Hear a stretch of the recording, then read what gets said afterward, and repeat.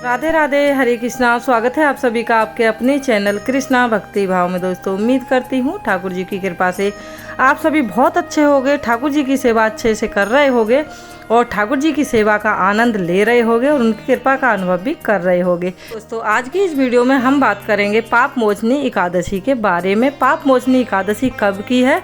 इस बार भी 2 दिन का ही चल रहा है कि कोई कह रहा है 17 तारीख की है और कोई कह रहा है 18 तारीख की है। तो फाइनली मैं आप लोगों को बताऊंगी कि एकादशी किस दिन की है और किस दिन आपको व्रत रखना है, क्या आपको करना है, क्या आपको बिल्कुल नहीं करना है।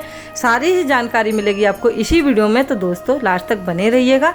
वीडियो आपके काम की है, आपको पसंद आए, ठाकुर जी के दर्शन आपको पसंद आए तो इस वीडियो को लाइक जरूर करिएगा और चैनल को साथ में ही सब्सक्राइब कर लीजिएगा। और हाँ, जितना हो सके इस वीडियो को एकादशी से पहले शेयर भी कर दीजिएगा ताकि हर कृष्ण भक्त तक ये वीडियो पहुंच पाए। तो चलिए दोस्तों, अब बात कर लेते हैं एकादशी के बारे में। तो दोस्तों, चैत्र मास के कृष्ण पक्ष की जो एकादशी है उसका नाम है पाप मोचनी एकादशी। तो दोस्तों, इसका नाम ही पाप मोचनी एकादशी है तो इसकी महिमा की तो मैं खैर क्या बात करूं कि इसकी कितनी बड़ी महिमा है। जाने में तो छोड़ो, जो अनजाने में भी हमसे पाप हो जाते हैं, अनगिनत पापों को ये हरने वाली एकादशी है। दोस्तों, आप एकादशी का व्रत नहीं रख सकते हैं, नहीं है आपके बस में रखना व्रत को, तो कोई बात नहीं दोस्तों, आप इसका पालन कर लीजिए। जैसे कि इसका नियम है लहसुन प्याज नहीं खाना, चावल का इस्तेमाल नहीं करना, भगवान को भोग नहीं लगाना, यानी कि लड्डू गोपाल जी को अन्न का भोग नहीं लगाना है इस दिन। तो कुछ इसके जो नियम हैं, जैसे कि तुलसी में जल नहीं देना, तुलसी को नहीं तोड़ना, ये सारी चीज़ों का आप ध्यान रखिए, अच्छे से पालन करिए, किसी से अपशब्द मत कहिए और कोई पाप मत करिए।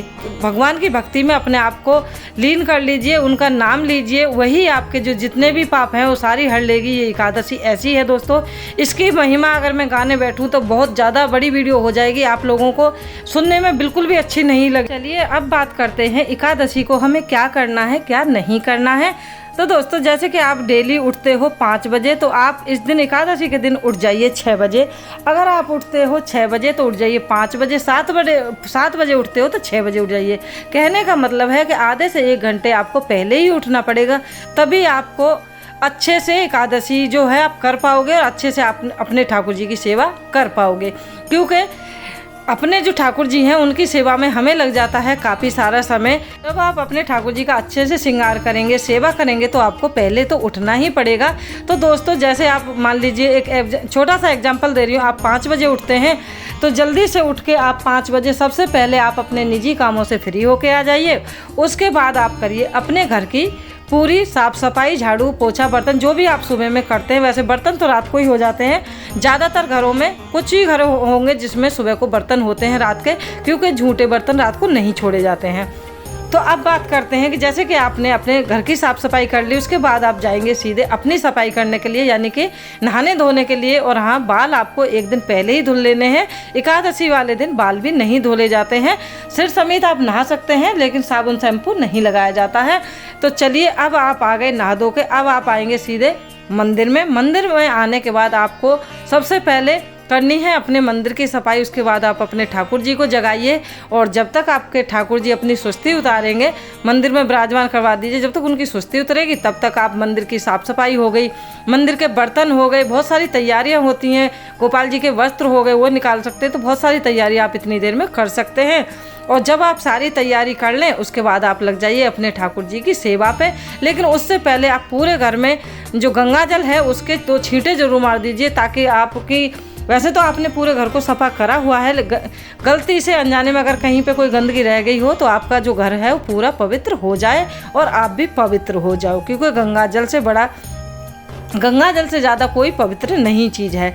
तो ठाकुर जी को आप गंगा जल से मत नहलाइए, ठाकुर जी को आप नहला सकते हैं पंचामृत से, यमुना जल से, फूलों से, दूध से, जिससे भी आप नहलाना चाहें, जैसा भी आप स्नान कराना चाहें वैसा आप करा सकते हैं ठाकुर जी को स्नान। और हाँ, ठाकुर जी को पीले वस्त्र आपको एकादशी को धारण कराने हैं। दोस्तों, अगर पीले वस्त्र नहीं है तो कोई बात नहीं, आप पिंक, रेड, येलो जो भी पहनाना चाहें, जैसे भी ड्रेस पहनाना चाहें आप, वो आप पहना सकते हैं ठाकुर जी को। और हाँ, पीले फूल जरूर अर्पित करिएगा ठाकुर जी को। पीले फूलों की, जो गेंदे के फूलों की माला आप देख रहे हैं, इस तरह की माला मंगा लीजिए। गेंदे के फूल की नहीं मिलती है तो कोई बात नहीं, आप गुलाबों के फूल की मंगा सकते हैं, चमेली के फूल की मंगा सकते हैं। फूल जरूर अर्पित करिएगा, अच्छे से ठाकुर जी की सेवा करिए।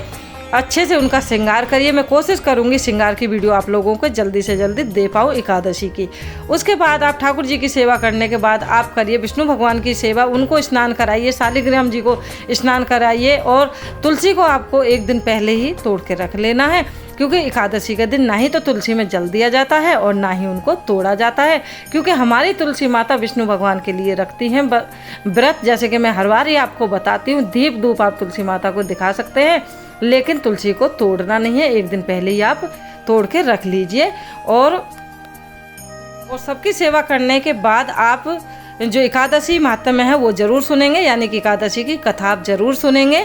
और जब आप सुने, किताब आप खुद पढ़ रहे हैं, यानी कि एकादशी का जो महत्व है उसे आप खुद पढ़ रहे हैं तो कोई बात नहीं, अगर आप किसी और से सुन रहे हैं तो उसको 1 रुपया दान में ज़रूर दीजिएगा, इस तौर पे, क्योंकि उन्होंने आपको कथा सुनाई है तो दान के तौर पे आप 1 रुपया उनको ज़रूर दीजिएगा।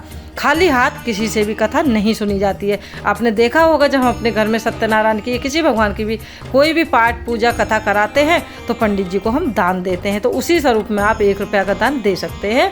बाकी आपकी इच्छा है, आप कितना भी दीजिए। हाथों में पुष्प लेके आपको कथा सुननी है, एकादशी का जो महात्म्य है वो सुनना है। उसके बाद आप तुलसी माता की सेवा करेंगे, दीप धूप दिखाएंगे, जल नहीं देंगे। फिर से बता देती हूँ, विष्णु भगवान को पीले चंदन का तिलक आप पहले ही कर देंगे। ठाकुर जी को पीली चीज़ों का भोग लगाएंगे, यानी कि पीले फ्रूट का भोग लगाइए। सुबह के समय में आप ठाकुर जी को दूध का भोग दीजिए, केले का भोग लगा सकते हैं, जो पीले फल हैं, संतरे हो गए, जैसे बहुत सारी चीज़ें होती हैं, बहुत सारे पीले फल होते हैं, उनका आप भोग लगा सकते हैं। दोपहर के भोग में आप कोई भी पीली मिठाई का भोग लगा सकते हैं। ध्यान रखिए अन्न ना हो, क्योंकि अन्न का भोग ठाकुर जी को नहीं लगता है, तो आप इस चीज़ का विशेष ध्यान रखिए। अब बात करते हैं दोस्तों शाम के समय की। आपको भी पीले वस्त्र ही धारण करने हैं, सॉरी ये मैं बताना भूल गई, आपको भी पीले ही वस्त्र धारण करने हैं। कोशिश करिए पीले वस्त्र ही आप धारण कर पाओ कथा सुनते समय एकादशी के दिन। तो अब बात करते हैं शाम को। शाम को आप साबूदाना की खीर बना सकते हैं, समा के चावलों की खीर बना सकते हैं, मखाने की खीर आप बना सकते हैं। अच्छे से सबसे पहले आप ठाकुर जी के लिए भोग निकालिए, उनको खीर का भोग लगाइए, चाहे दूध का भोग लगाइए, रात को उनको सुला दीजिए। उसके बाद भोग लगाने के बाद आप उनको सुला दीजिए। तो दोस्तों ये कुछ छोटी छोटी जानकारियाँ थी जो मेरे पास थी। कुछ रह गया हो तो आप कमेंट में भी मुझसे पूछ सकते हैं, जो मैं आपको दे रही हूँ एकादशी के बारे में, जितनी मुझे नॉलेज है और जितनी मैंने सुनी है और जितना मुझे अभी तक अनुभव हुआ है इन ठाकुर जी की सेवा में, जो मैंने अभी तक पाया है वही आप लोगों के साथ भी मैं शेयर करती हूँ। तो दोस्तों कमेंट में ज़रूर बताइएगा वीडियो आप लोगों को कैसी लगी, और एकादशी आने से पहले पहले हर कृष्ण भक्त तक इस वीडियो को शेयर जरूर कर दीजिएगा, ताकि अच्छी जानकारी अच्छे लोगों तक पहुँच पाए। तो चलिए दोस्तों, अगर कुछ रह गया है तो वो भी मैं आप लोगों को बता दूँगी।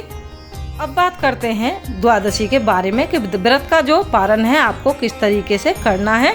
जो चीज़ें इस समय पे मुझे याद हैं वो मैंने सभी आप लोगों को लगभग बता दी है। हर एकादशी का महत्व अलग होता है। एकादशी अपने आप में ही बहुत बड़ी है, एकादशी से बड़ा कोई व्रत नहीं है मेरी जानकारी में। अगर आपकी में है तो ज़रूर बताइएगा मुझे। तो द्वादशी की बात कर लेते हैं। व्रत का पारण आपको किस तरीके से करना है। जैसे आप डेली उठते हैं, जैसे कि आप एकादशी के दिन उठे, ऐसे ही आपको द्वादशी में भी उठना है जल्दी।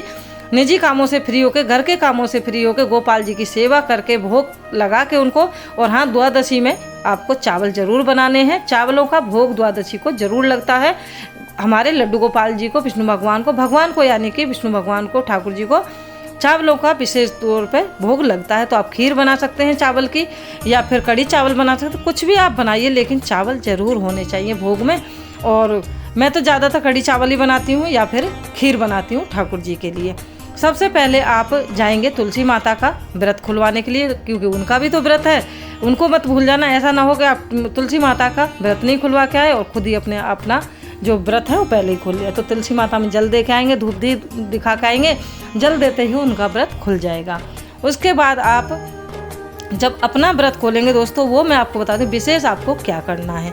तो दोस्तों जब हम व्रत खोलते हैं, खासकर एकादशी का जो व्रत है उसको जब हम पारण, जिसको पारण बोला जाता है, पारण करना यानी कि व्रत को पारण करना है।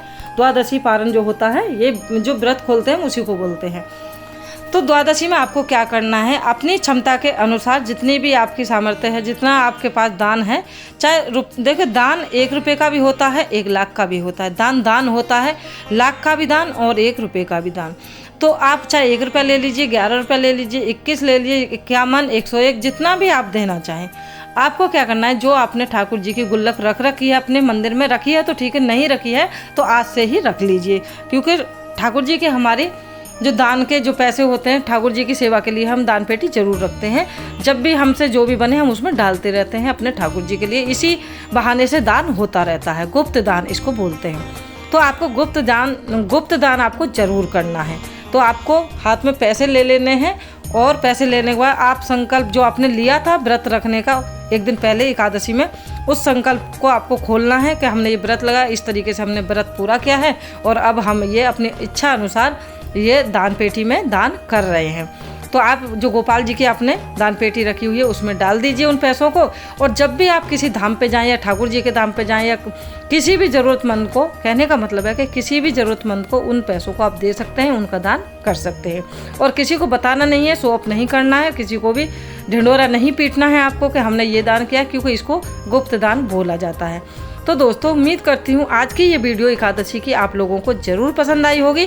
पसंद आई है तो वीडियो को कर दीजिए लाइक, चैनल को कर लीजिए सब्सक्राइब, और जितना हो सके इस वीडियो को कर देना शेयर। तो मिलते हैं ठाकुर जी की ऐसी ही किसी अच्छी सी वीडियो के साथ। तब तक के लिए राधे राधे। और आपका कोई सवाल है तो आप कमेंट में पूछ सकते हैं। कमेंट में राधे राधे लिखना बिल्कुल मत भूलिएगा। राधे राधे।